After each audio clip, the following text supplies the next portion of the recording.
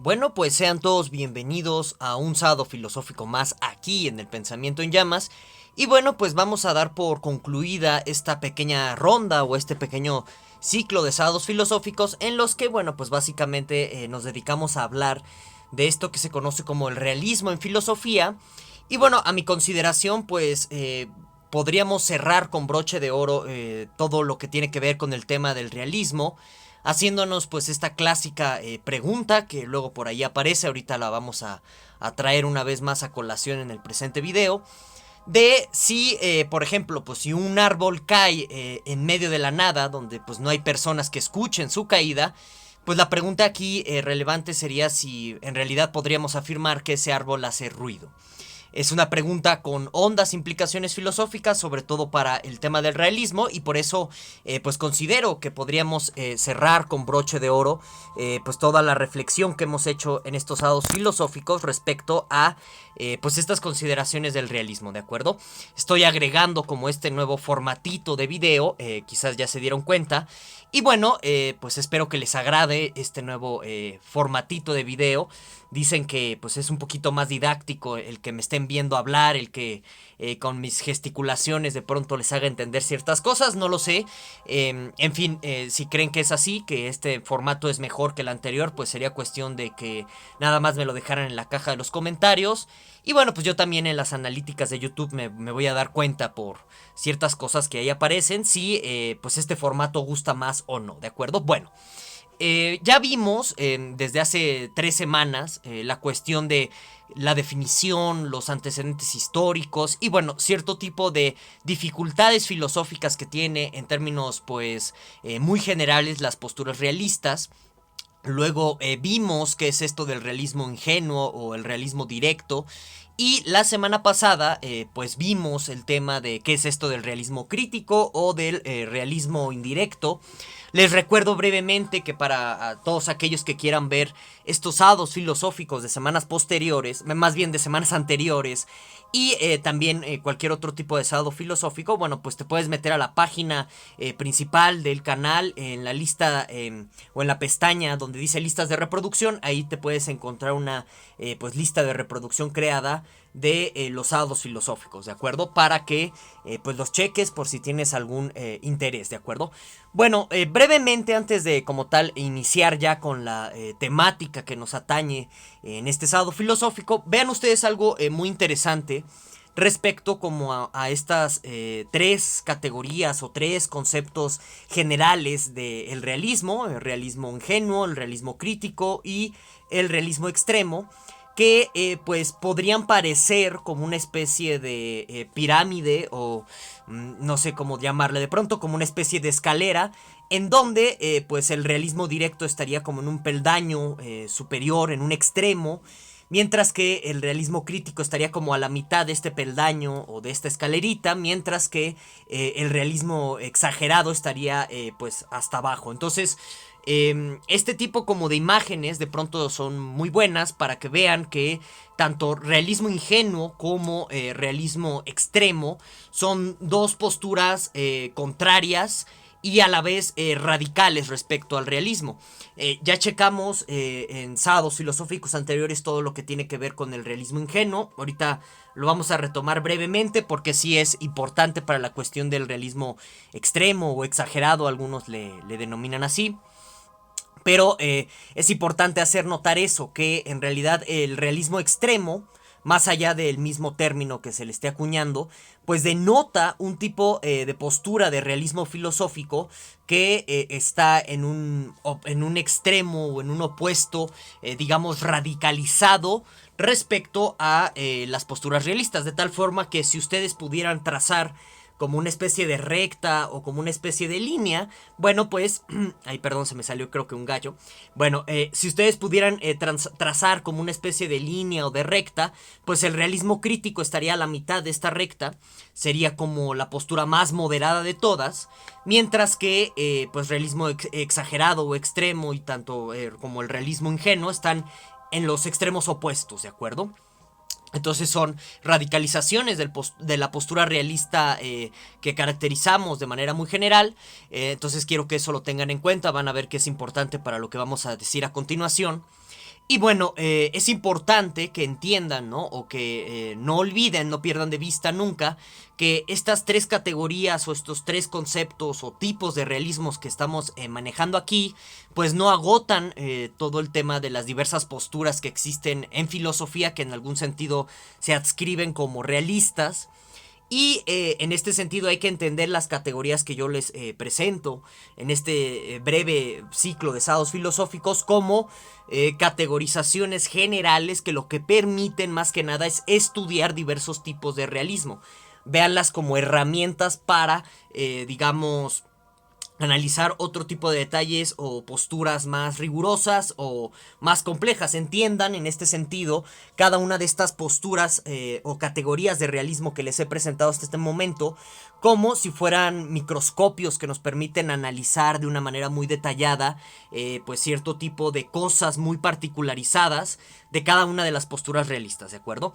Bueno, brevemente les recuerdo que aquí abajo en la cajita de comentarios me pueden decir todas sus dudas, todos sus comentarios que tengan y también pues por el chat aquí que va a aparecer en el estreno, que seguramente este video lo voy a estrenar pues en vivo, también me pueden dejar todas sus dudas, sí les imploraría que fueran relevantes a la temática que estamos tratando, ¿de acuerdo? Para que no nos salgamos tanto del tema de análisis o de la cuestión que nos trae pues a estos lares, ¿de acuerdo?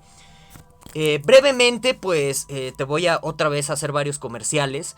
Brevemente te invito a que te suscribas al Pensamiento en Llamas en caso de que te agraden pues el tipo de contenidos que subo aquí en el canal, y que actives el botoncito de la campanita que va a aparecer pues aquí abajito para que pues no te pierdas ninguno de los videos que subimos aquí en el canal. Y por su parte, pues doy un enorme agradecimiento, primero que nada, a todas aquellas personas que decidieron volverse miembros del canal, porque bueno, pues es gracias a sus retribuciones económicas que pues el Pensamiento en Llamas puede seguir existiendo, y que en este sentido pues puedo mantener en pie la oferta de los diversos videos de filosofía que doy aquí en el canal.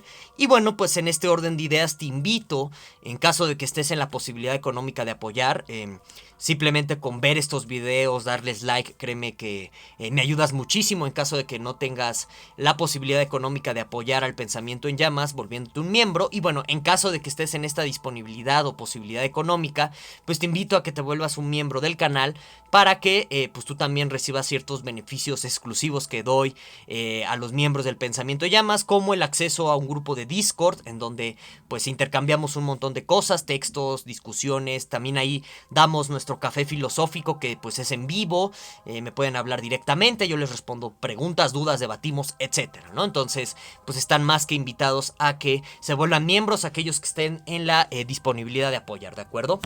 Y bueno, déjenme, me hago más grandote para terminar ya con estos comerciales. Listo. Ya, dicho todos estos breves comerciales, pues vamos a entrar de lleno con la temática que nos atañe en esta ocasión, que es, primero que nada, pues tratar de definir o de caracterizar qué es esto de el realismo extremo o el realismo exagerado.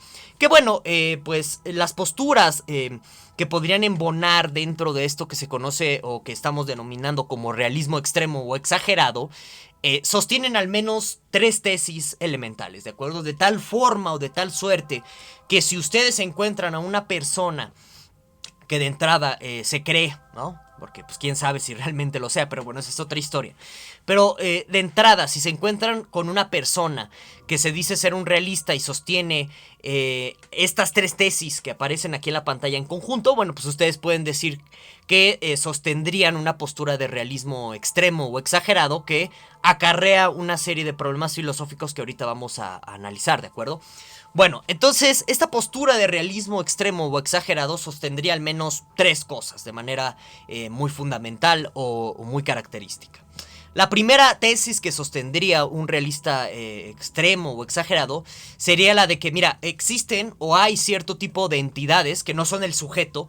Recuerden, esto es algo muy importante, que de manera general cualquier tipo de realismo va a sostener lo que se conoce como diferencia ontológica, en el sentido de, o bueno, esto significa de decir o de suscribir que existe un sujeto diferente de un montón de entidades que no son sujeto, ¿no? Como mesas, sillas, canicas, libros, filosofía, todo este tipo de cosas no son el sujeto, son entidades que existen por su propia cuenta de cierta manera y a esto en pocas palabras se le llega a denominar a veces como diferencia ontológica. Bueno, entonces un realista extremo o exagerado va a sostenernos que estas entidades, ¿sí? Que no son el sujeto, que son diferentes al sujeto, o sea, nosotros, o que simplemente no son algún producto de nuestro pensamiento o de nuestra subjetividad, pues un realista extremo o exagerado va a sostener que estas entidades van a continuar existiendo, van a persistir con independencia total del sujeto, de tal suerte que si yo me muero el día de mañana,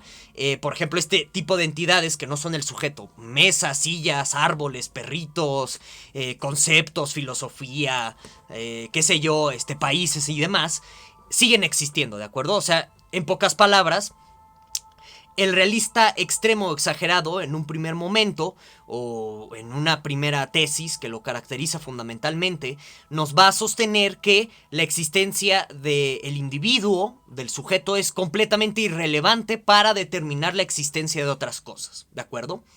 De tal suerte, otra vez, ¿no? Que si yo me muero, pues ustedes seguirán existiendo, las mesas seguirán existiendo, el sol, Diosito, si quieren creer que existe tal cosa, y demás, ¿de acuerdo? Bueno. Ahora, una segunda tesis que va a suscribir o a sostener el realista extremo o exagerado es la de que, mira, el sujeto no tiene poderes ni capacidad de modificar esta persistencia o esta existencia de dichas entidades. Y aquí hay que ser muy cuidadosos. ¿Qué significa todo esto? Porque, pues de entrada, por ejemplo, si yo agarro, no sé, qué sé yo, este libro, ¿no? Que ven aquí, y lo rompo y lo hago pedazos, pues deja de existir, al menos como libro, ¿no?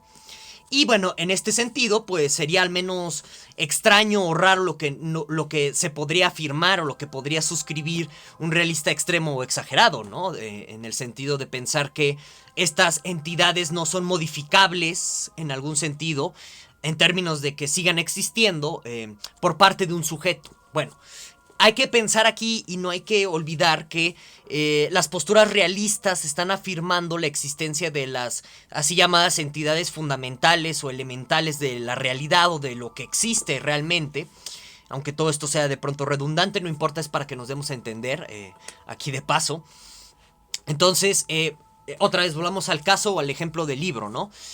Un realista exagerado va a decir que no importa que yo haga este libro cachitos o pedacitos, porque el libro va a seguir persistiendo, va a seguir existiendo con independencia a lo que yo le haga, en términos de sus conceptos más fundamentales, en términos de sus elementos más fundamentales. Pueden ser los átomos, puede ser, qué sé yo, los materiales que lo están constituyendo, o la misma idea o el mismo concepto del libro va a seguir persistiendo, no importando que yo destruya este libro en concreto, ¿de acuerdo? Entonces aquí hay platonismo, esto es Platón. Ahorita vamos a entrar un poquito al tema de Platón, porque Platón es un tipo de realista que cae bajo esta categoría. No es un idealista. De pronto alguien, me acuerdo que una vez en la caja de comentarios me escribió esto, ¿no? De que Platón era un idealista y eso pues es algo muy extraño. Ahorita vamos a especificar por qué esto es pues extraño. Pero bueno, entonces esta segunda tesis o esta segunda idea es muy importante entenderla. Un realista extremo o exagerado cree que el sujeto no puede modificar ni impedir, en este orden de ideas, que las entidades que no son él puedan seguir existiendo, ¿de acuerdo? Y digamos, en este sentido o en este orden de ideas, recordando esta pregunta de si un árbol que cae en medio de la nada pues hace o no hace ruido, pues un realista bajo esta segunda tesis va a decir que sí, o sea que el árbol va a seguir haciendo ruido porque la existencia del árbol no es ni modificable, ni el fenómeno o el hecho o el acontecimiento en sí es algo que tenga que suceder necesariamente porque yo tengo que existir, ¿de acuerdo? Ok, entonces, como pueden ustedes darse cuenta, bajo esta segunda tesis, un realista exagerado o extremo está llevando precisamente al extremo lo que se conoce como la diferenciación ontológica. Básicamente, un realista extremo puede dividir la realidad en dos mundos separados. Un mundo como el del topos Uranus de Platón, que es inalterable bajo ningún tipo de circunstancia por el ser humano, ni por ningún ser inteligente o con intelecto, ¿de acuerdo? Y bueno, justo bajo este orden de ideas, la tercera tesis que sostendría este tipo de realismo extremo o exagerado es lo que se conoce como la inmutabilidad, o la idea de que este tipo de entidades que no son el sujeto no cambian, son inmutables. Al menos en su aspecto más fundamental, más elemental. Recordemos otra vez el ejemplo del libro, ¿no? O sea, yo puedo agarrar este libro y hacerlo cachitos, pero va a seguir existiendo este libro, no en términos de pues esta entidad concreta material que ven en este momento, sino en términos de lo más fundamental del libro. El concepto o la definición o la idea del libro va a persistir, qué sé yo, a lo mejor los átomos que lo componían en cierta forma siguen existiendo, etcétera. Bueno, entonces es en esos aspectos más fundamentales que un realista exagerado o extremo nos va a decir que las entidades de la realidad pues no cambian, ¿de acuerdo? O que son inmutables. Ahora bien, bueno, pues qué tipo como de problemas tiene pues esta consideración del realismo extremo o exagerado. Bueno, pues la primera de ellas es si pues este tipo de realismos en realidad, valga la redundancia, no son algún tipo como de regreso o de realismo ingenuo encubierto, o en pocas palabras, si el realismo extremo nos hace caer en algún tipo de realismo ingenuo. ¿Por qué? Recuerden ustedes lo que ya expusimos en sábados filosóficos anteriores sobre qué es esto del realismo ingenuo. Es la idea de que las cosas tal y como se me presentan, tal y como las percibo, tal y como las pienso, tal y como las razono, son lo que son, ¿de acuerdo? De tal suerte que si yo veo un árbol morado, pues el árbol existe siendo morado y no hay de otra, ¿de acuerdo? Si yo pienso que 2 y 2 es 4, eso va a ser verdadero simplemente por el hecho de que lo estoy pensando así. Entonces, este tipo como de realismo ingenuo, ya explicamos, es con el que opera el sentido común, el así llamado sentido común en la vida cotidiana, de tal suerte que, por ejemplo, si tú vas caminando en la calle y un camión se te aparece de frente, bueno, pues tu sentido común va a tomar ese camión como algo real por el simple hecho de verlo, y te vas a quitar, ¿de acuerdo? Entonces por eso se dice que es la noción de realismo ingenuo con la que estaría operando el sentido común, nuestro entendimiento en la vida cotidiana.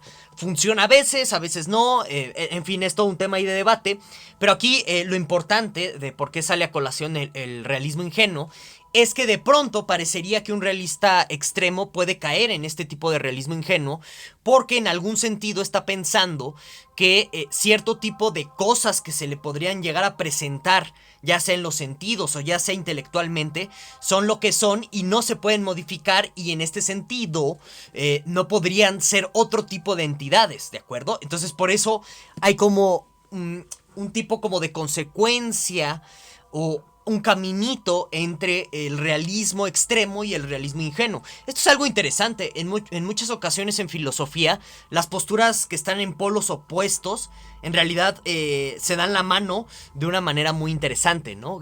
Como este es el caso. O sea, un realista ingenuo cree en algún sentido que, por ejemplo, la realidad es inmutable, que no se modifica bajo ninguna circunstancia, simplemente porque es eso lo que se le presenta a los sentidos o al pensamiento en un primer momento.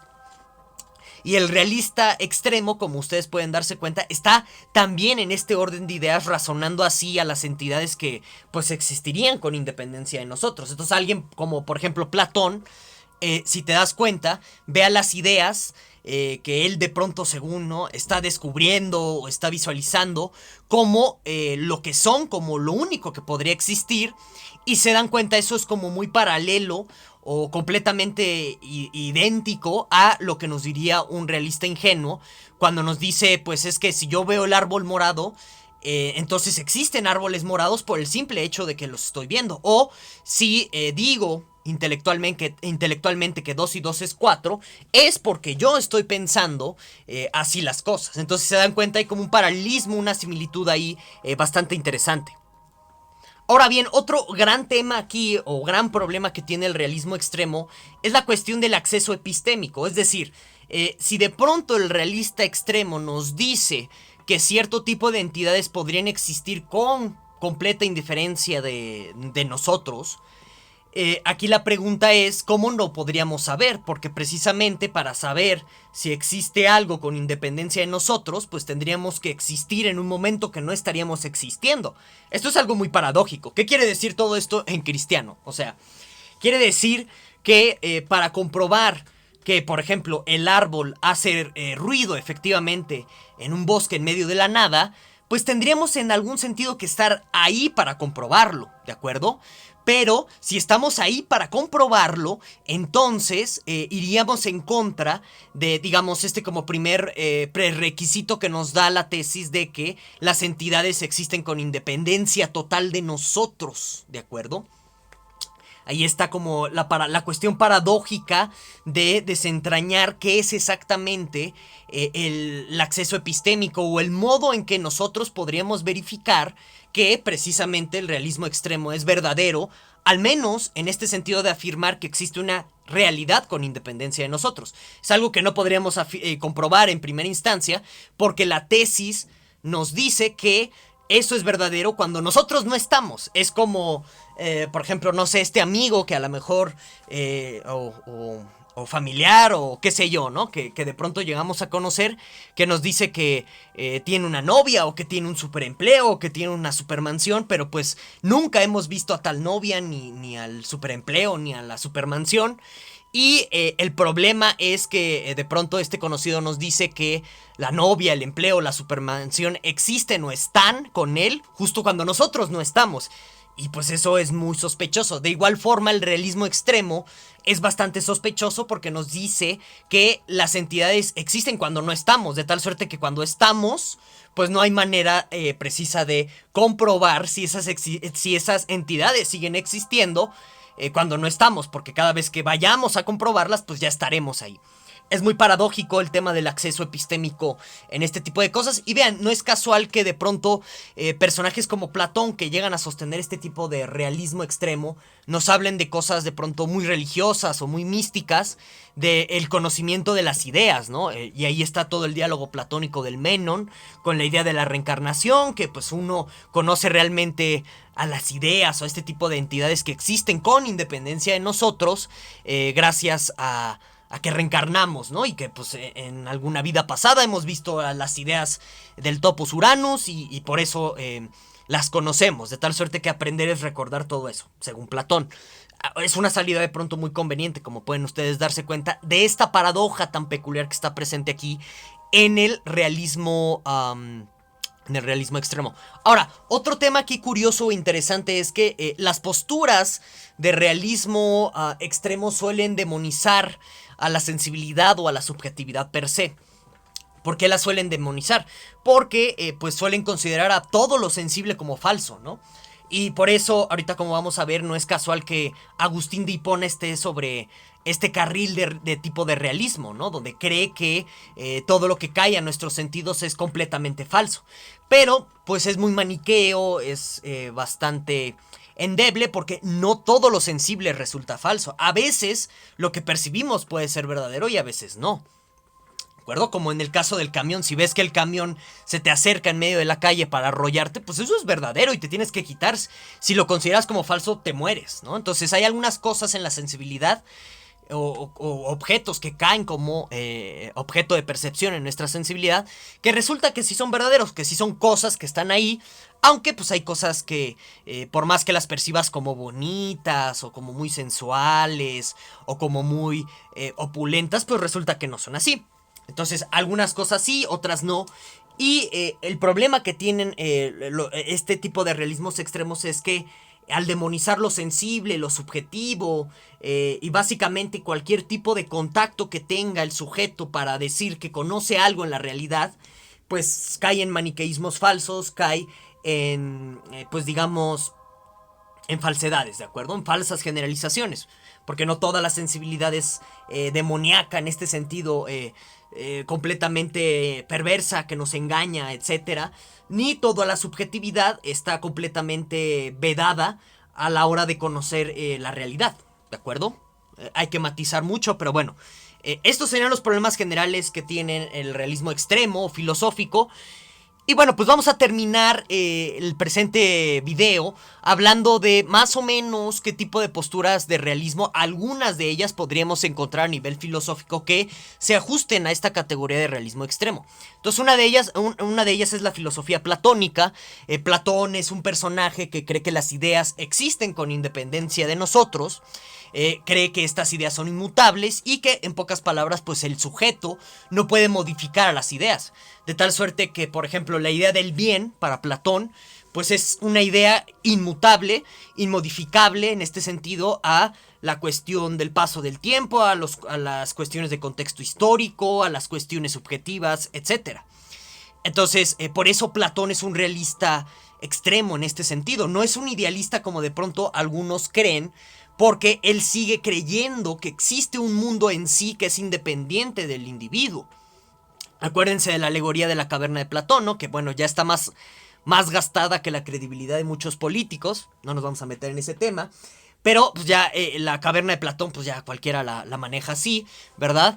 Pero esta idea de que existe un algo afuera de la caverna que pues vendría siendo como la luz de la verdad o el mundo tal y como es, bueno, pues te dice que Platón cree que existe un mundo con independencia de nosotros, que es en sí verdadero, que es en sí real y que pues es indiferente si tú sigues o no dentro de la cueva viendo a las sombras en la pared, ese mundo va a persistir, ¿de acuerdo? Entonces, por eso Platón, en pocas palabras, es un realista de este tipo. Plotino, Agustín de Hipona, Averroes y básicamente muchos neoplatónicos medievales también sostienen este tipo de realismo extremo. O sea, con Plotino es más que evidente. El uno bien es una cosa que existe en algún sentido con independencia de nosotros, pero también somos nosotros. Son varias como contradicciones ahí peculiares que tienen las posturas panteíticas o panteístas de carácter neoplatónico, es otro tema. Pero pues está esta idea en Plotino, en Agustín, acuérdense todo el tema de la ciudad de Dios. O sea, el reino de Dios existe con independencia de el ser humano pecador y pues ya saben, ¿no? Todo lo que le sigue de eso. Entonces, y aquí lo interesante es que el reino de Dios es inmutable, ¿no? O sea, no importa ni el contexto, no importa tu consideración subjetiva, el reino o la ciudad de Dios es lo que es y se acabó. Lo mismo con Plotino, no importa el paso del tiempo, el uno bien sigue siendo el mismo, Averroes es igual. Y vean, es curioso observar cómo también los neoplatónicos condenan la cuestión de la sensibilidad, la demonizan, como acabamos de explicar en términos muy generales. Sobre todo Agustín de Hipona, que bueno, ahí ves las confesiones y dices, pues pobre, pero bueno, ese es otro tema. Ya saben todo lo que demonizaba Agustín de Hipona, no lo puedo decir por cuestiones de el algoritmo, ya saben ustedes. Y bueno, curiosamente, los diversos realismos científicos suelen ascribir este tipo de realismo extremo. A veces, en ciencia, es común encontrarse científicos que llegan a pensar que lo que dicen en algún sentido describe la realidad o nos dice lo que es la realidad en sí de una manera inmutable, de una manera no cambiable. Es todo un debate eso, o sea, si existe o si tiene algún tipo de sentido el realismo extremo en ciencia. Ya que pues parece que en sí la ciencia implica algún tipo de cambio de creencias conforme al avance de la investigación empírica, conforme al desarrollo de nuevas teorías. Entonces, pues bueno, es un tema ahí complejo. Pero bueno, hasta aquí vamos a dejar el presente sábado filosófico. Espero que les haya gustado. Y también este nuevo formatito, ahí si me lo pueden decir en la caja de los comentarios, pues es bienvenido. Si les gusta, se queda. Como ya les dije, también en las analytics de YouTube me voy a dar cuenta si gustó o no el nuevo formatito. Y bueno, sin más, nos vemos hasta la próxima, mis amigos. Bye bye.